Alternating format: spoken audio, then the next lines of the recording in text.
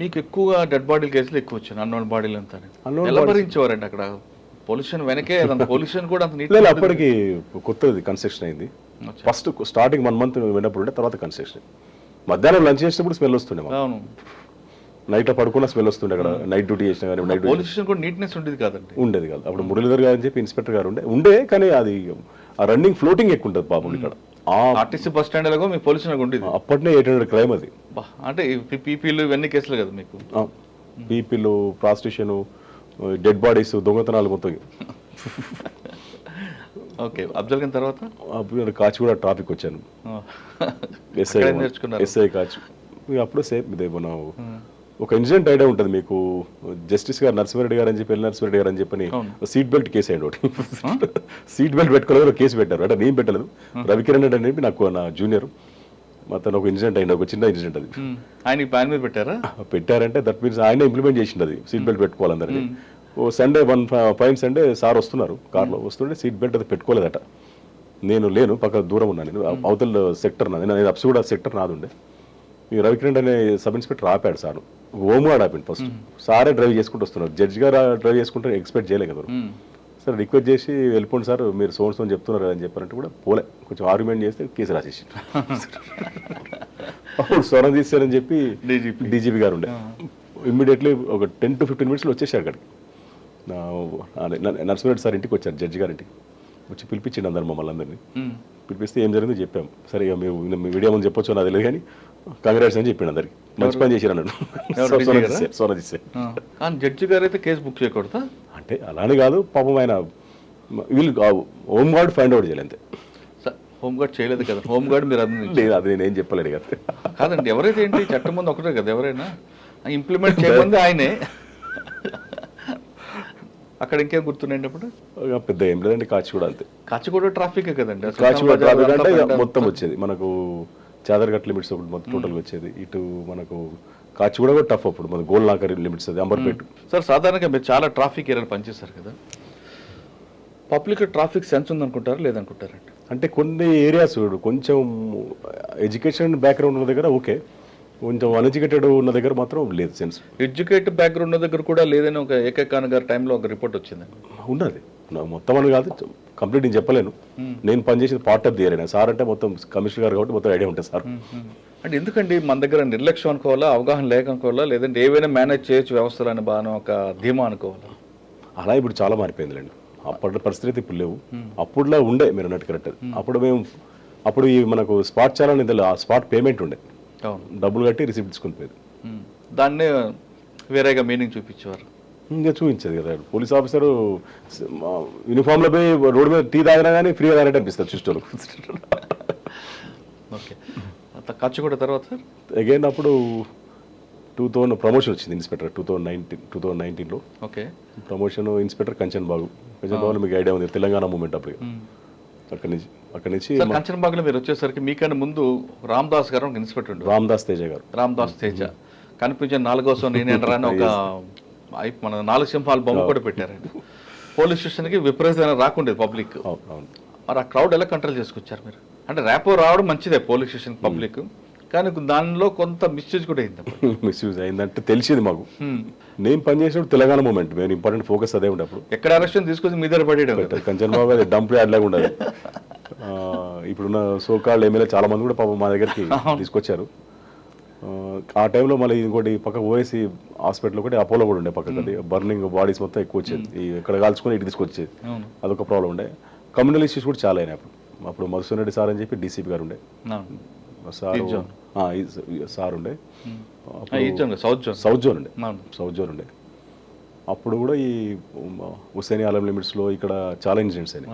ఏకకాన్ గారు ఆ టైంలో ఒక ఇన్సిడెంట్ జరుగుతుందండి, కమ్యూనల్ అయింది, 3 రోజులు కర్ఫ్యూ కూడా పెట్టారు. దాని ఇంపాక్ట్ మీకుందా? ఉన్నది. మేమందరం బందోబస్తు డ్యూటీలో ఉన్నాం అందరం, హుస్సేన్ ఆలం లిమిట్స్ అక్కడక్కడ. అప్పుడు దాన్ని కూడా నయీం కూడా అప్పుడు ఇంటర్ఫియర్ ఉండే కొన్ని కేసులు అక్కడ. నయీం చాలా కేసులు ఉన్నాడు మీ దగ్గర, కంచన్ బాగ్ పక్కన సంతోష్ నగర్ ఇవన్నీ కూడా ఉన్నాడు. నేను మీకు నెక్స్ట్ చెప్తాను, మీకు అది ఆ ఇన్సిడెంట్ కూడా చెప్తాను, తనతో కూడా ఇంటరాక్షన్ ఎట్లయిందో మాకు. అక్కడి నుంచి ఇన్స్పెక్టర్ చౌటుపల్లి వెళ్ళిపోయాను మళ్ళీ, అది ఇందాక నేను చెప్పాను కదా, చౌటుపల్లి సిఐకి వెళ్ళిపోయాను.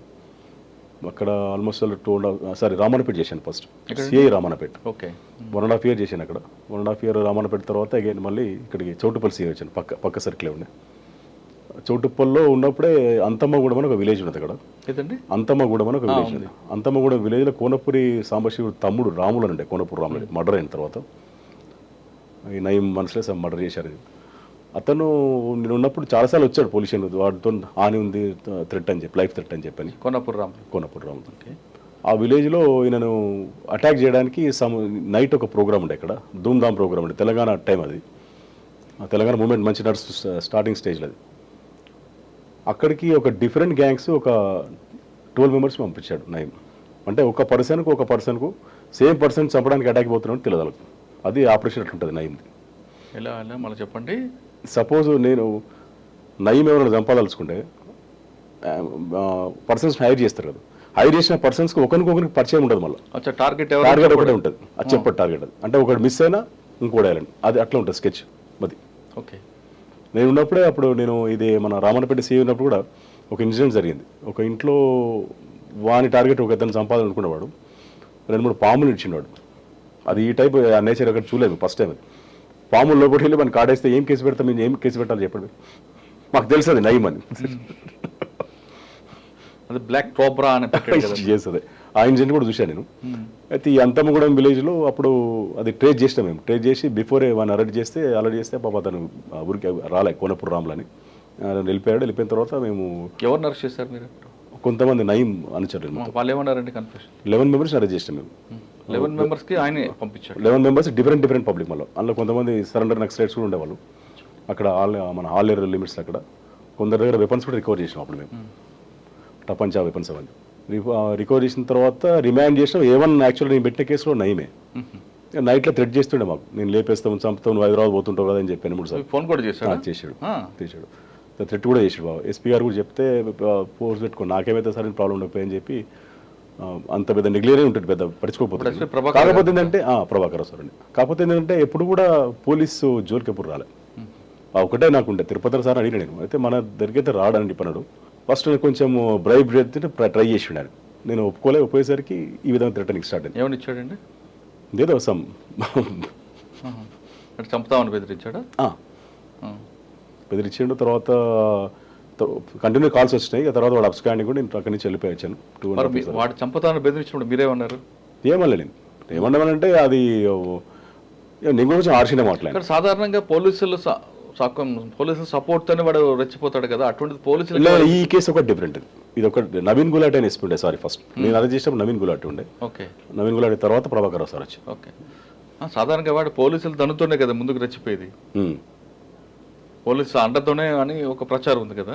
కానీ పోలీసులకే వార్నింగ్ ఇచ్చాడంటే అది ఒకటే కేసు, ఫస్ట్ కేసు అనుకుంటా నాకు తెలిసింది. అది నాకే జరిగింది, నేనే ఫేస్ చేసినది. ఓకే. తర్వాత అక్కడి నుంచి 2.5 years పనిచేసాను అక్కడ.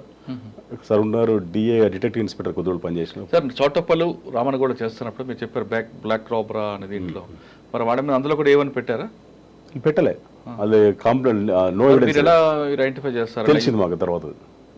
అంటే ఈ టైప్ ఆఫెన్స్ వాడు చేస్తాడని తెలుసు, కానీ అఫెన్స్ ఎట్లా ప్రూవ్ చేయలేము. అది కానీ మీ దగ్గర మిస్ అయ్యాడు, కానీ కోనాపూర్ రాములు తర్వాత మర్డర్ అయ్యాడు కదా. నేను ట్రాన్స్ఫర్ అయిపోయింది, మర్డర్ అయ్యాడు. నేను వచ్చాను సిటీకి వచ్చినాక. అతను గన్మెన్ కూడా అప్పుడు ఇచ్చారు గవర్నమెంట్ కూడా సింగిల్ గన్మెన్ ఇచ్చారు. బాధ అనిపించలేదు అప్పుడు? అనిపించింది. మన చేతిలో కాపాడాం. చాలా సార్లు కూడా నేను హెచ్చరించిన కానీ పాపం రాములు గారికి ఒక ఫంక్షన్ పోతే అక్కడ దొరికింది. సార్ ఆ ఆపరేషన్లో కూడా ఒకరు కూడా తెలియకుండా వచ్చారా, లేదంటే అందరు కలిపి పంపించాడా? తెలియకనే వచ్చారు. 3 teams వచ్చినాయి వాళ్ళు. అవునా? అట్లా నాకు తెలిసిన వరకు ఇట్లా ఆపరేట్ చేసేది ఫస్ట్ ఆ పర్సన్ వచ్చిన ఎవరు చూడలేదు. సాధారణంగా ఒకరినే పంపిస్తారు కానీ పోయిన పర్సన్ ఒకరిని కూడా ఐడెంటిఫై కాలేదు. ఈ ఇష్యూలే మొత్తం.